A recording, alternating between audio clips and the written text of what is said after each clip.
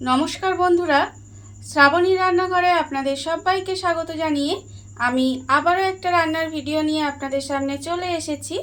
আজকের আমি আপনাদের এঁচড় দিয়ে একটা অসাধারণ স্বাদের নিরামিষ রেসিপি বানিয়ে দেখাবো। আশা করি আপনাদের ভালো লাগবে। তার জন্য কিন্তু আমার পুরো ভিডিওটা আপনাদের দেখতে হবে। আর দেখা শুরু করার আগে একটা লাইক দেবেন, সুন্দর একটা কমেন্ট করবেন আর শেয়ার করতে ভুলবেন না। তাহলে চলুন আজকের আমি এঁচড় দিয়ে কি বানাই সেটা আপনারা একবার দেখে নিন।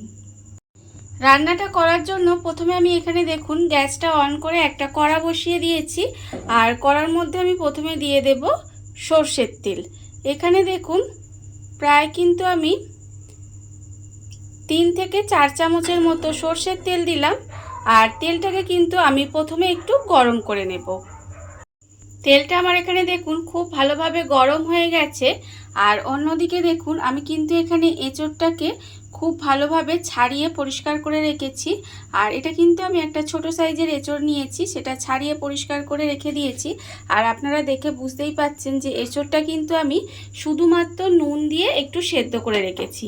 আমি কিন্তু এঁচড়টা সেদ্ধ করে নিয়েছি। আর সেদ্ধ করার সময় এর মধ্যে অল্প একটু নুন দিয়েছি, দিয়ে এঁচড়টাকে খুব ভালোভাবে সেদ্ধ করে নিয়েছি। এবারে আমি এঁচড়গুলোকে এইভাবে গরম তেলের মধ্যে দিয়ে দেব। এঁচড়গুলোকে কিন্তু আমার প্রথমে তেলের মধ্যে দিয়ে দিতে হবে।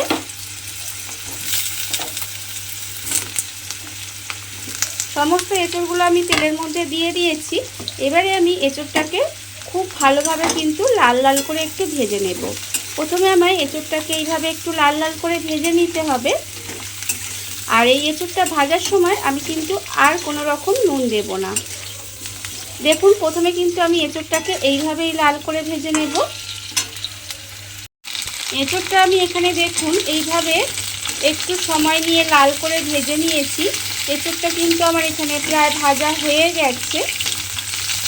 আর আমি প্রতিদিনের মতো রান্নার শুরুতে একটাই কথা বলবো যে প্লিজ আমার ভিডিওটা আপনারা টেনে টেনে দেখবেন না, পুরো ভিডিওটা দেখবেন। আশা করি আপনাদের ভালোই লাগবে। দেখুন আমার কিন্তু এঁচড়টা ভাজা হয়ে গেছে। এইবারে আমি এঁচড়টাকে আলাদা করে তুলে রেখে দেব। আর এইভাবে একদিন হলেও আপনারা রান্নাটা করে দেখবেন। এঁচড়ের রান্নাটা কিন্তু খেতে অসম্ভব সুন্দর হয়। দেখুন আমি কিন্তু প্রথমে তেলটাকে খুব ভালোভাবে ঝারিয়ে নেব। ঝারিয়ে নিয়ে এঁচড়টাকে আলাদা করে তুলে রেখে দেব।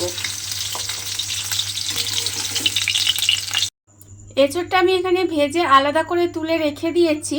এইবার আমি একটা মশলা রেডি করে নেব। তার জন্য দেখুন আমি একটা নিয়েছি মিক্সিং জার। মিক্সিং জারের মধ্যে দিয়ে দেব প্রথমে বেশ কিছুটা আদা। আমি এইভাবে ছোট ছোট করে কুচি করে রেখেছি, সেই আদাটা আমি এখানে নিয়ে নেব। এখানে একটা টমেটো, একটা মাঝারি সাইজের টমেটো আমি এখানে একদম ছোট ছোট টুকরো করে রেখেছি, সেটা আমি নিয়ে নিলাম। আমি এখানে কাঁচা লঙ্কা, 2টো কাঁচা লঙ্কা আমি এর মধ্যে দিয়ে দিলাম। এবার দেব বেশ কিছুটা চারমগজ। এই সমস্ত কিন্তু এই মিক্সিং জারের মধ্যে সমস্ত কিছু ঢেলে দিলাম। এবার আমি এর মধ্যে দিয়ে দেব দেখুন অল্প একটু দুধ, অল্প সামান্য একটু দুধ দিয়ে দিলাম। দিয়ে এবার এটাকে খুব ভালোভাবে পেস্ট করে নিতে হবে।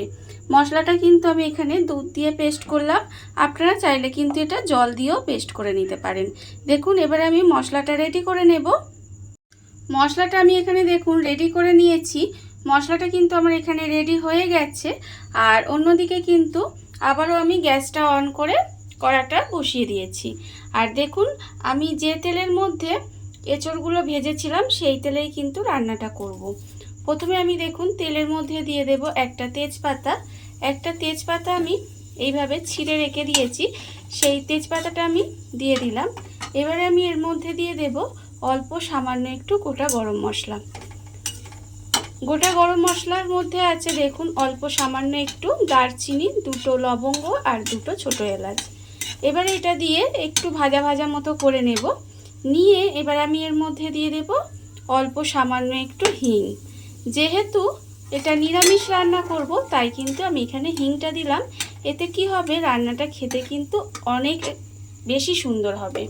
দেখুন এবারে আমি হিংটা দিয়ে কিন্তু বেশি ভাজবো না, তার কারণ আমি প্রত্যেকবারই বলি যে হিং দিয়ে বেশি ভাজলে যদি হিংটা পুড়ে যায় তাহলে কিন্তু সেটা রান্নাটা খেতে ভালো লাগবে না।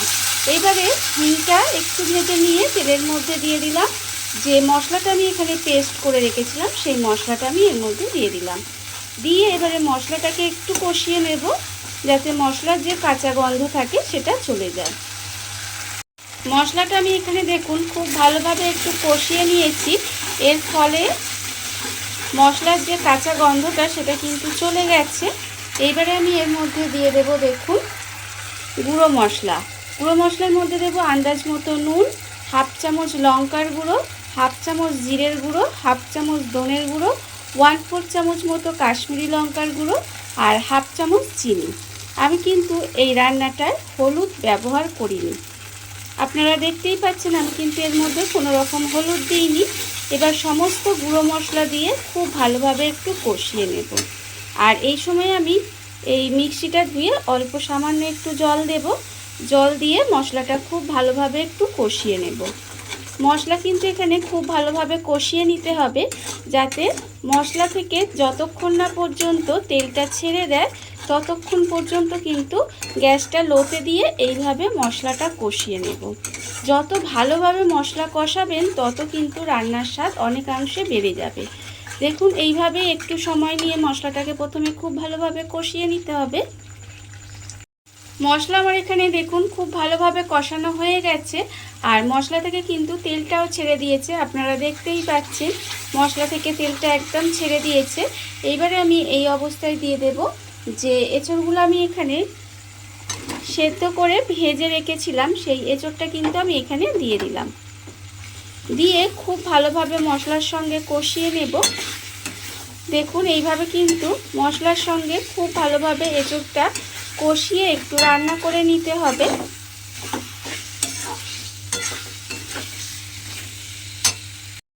এঁচড়টা আমি মশলার মধ্যে দিয়ে খুব ভালোভাবে কষিয়ে নিয়েছি। দেখুন এটা কিন্তু খুব ভালোভাবে কষানো হয়ে গেছে। এইবারে আমি এর মধ্যে গ্যাসটাকে লো করে দেব। লো করে দিয়ে আমি দেব এর মধ্যে দুধ। এখানে আমি হাফ বাটি দুধ দিলাম আর আমি দেব ওই বাটিরই 1 বাটি মিক্সিটা ধুয়ে জল দেব। আমি এখানে দুধ আর জল মিশিয়ে করছি, আপনারা চাইলে কিন্তু শুধু দুধ দিয়েও করতে পারেন। দেখুন আমি এখানে যে বাটির হাফ বাটি দুধ দিলাম সেই বাটিরই 1 বাটি কিন্তু জল দিলাম। দিয়ে এবার সমস্ত কিছু খুব ভালোভাবে মিশিয়ে নেব। মিশিয়ে নিয়ে এইভাবে একটু গ্যাসটা লোতে দিয়ে ঢাকা দিয়ে রান্না হতে দিতে হবে। যেহেতু এঁচড় আমার আগে থেকেই সেদ্ধ করা আছে তাই আমি কিন্তু এর মধ্যে খুব বেশি জল বা দুধ দিলাম না। দেখুন এইভাবে গ্যাসটা লোতে দিয়ে একটু ঢাকা দিয়ে এইভাবে একটু রান্না হতে দিতে হবে। গ্যাসটা লোতে দিয়ে এইভাবে দেখুন এঁচড়টা কিন্তু বেশ কিছুক্ষণ রান্না করে নিয়েছি। রান্নাটা কিন্তু আমার এখানে প্রায় হয়েই গেছে। এবারে নামানোর আগে এর মধ্যে দিয়ে দেব অল্প সামান্য একটু গরম মশলার গুঁড়ো। দেব আমি এখানে 1 চামচ মতো ঘি। ঘি আর গরম মশলাটা দিয়ে খুব ভালোভাবে মিশিয়ে নেব। আর এইভাবে আপনারাও একদিন বানাবেন, দেখবেন খেতে কিন্তু ভীষণ ভালো লাগে। এটা আপনারা গরম ভাত দিয়ে খেতে পারেন, রুটি, লুচি, পরোটা, ফ্রাইড রাইস, পোলাও যে কোনো কিছুর সাথেই কিন্তু খেতে ভীষণ ভালো লাগবে। দেখুন আমি কিন্তু ঘি আর গরম মশলাটা খুব ভালোভাবে মিশিয়ে দিয়েছি। এইবারে ওপর থেকে ছড়িয়ে দেব অল্প সামান্য একটু কাসুরি মেথি হাতে গুঁড়ো করে রেখেছিলাম, সেটা আমি এর মধ্যে দিয়ে দিলাম। দিয়ে এটাও কিন্তু খুব ভালোভাবে একটু মিশিয়ে নিতে হবে। মিশিয়ে নিয়ে গ্যাসটা অফ করে কিছুক্ষণ ঢাকা দিয়ে এইভাবে রেখে দেব। দিলেই কিন্তু রান্না আমার একেবারে রেডি। দেখুন বন্ধুরা, বাড়িতে থাকা কত অল্প উপকরণে কত অল্প সময় কত সুন্দর একটা এঁচড়ের রেসিপি তৈরি হয়ে গেছে, আপনারা দেখতেই পেলেন। আর এটা কিন্তু খেতে অসম্ভব সুন্দর হয়। এইভাবে আপনারাও একদিন হলেও বাড়িতে বানিয়ে দেখতে পারেন। আর এই ভিডিওটা যদি আপনাদের ভালো লেগে থাকে, আপনারা যদি ফেসবুক থেকে দেখে থাকেন পেজটি ফলো করে দেওয়ার অনুরোধ রইল।